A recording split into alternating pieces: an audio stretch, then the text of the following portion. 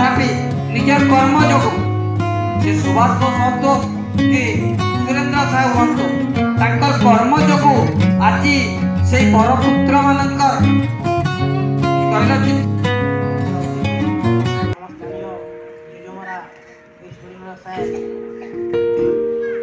उच्चतर माध्यमिक विद्यालय इतिहास विभाग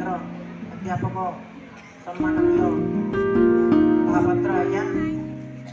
ये अनुष्ठान समस्त अपा भाई कर्मचारी तथा स्नेह छात्र छात्री आमर आज सभार उद्देश्य आम समस्ते जानी सारी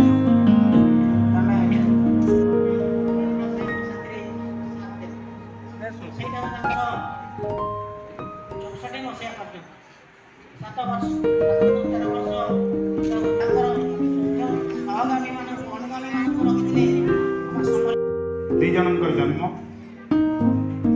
किंतु जनकर जन्म समय दशंधि अलग अलग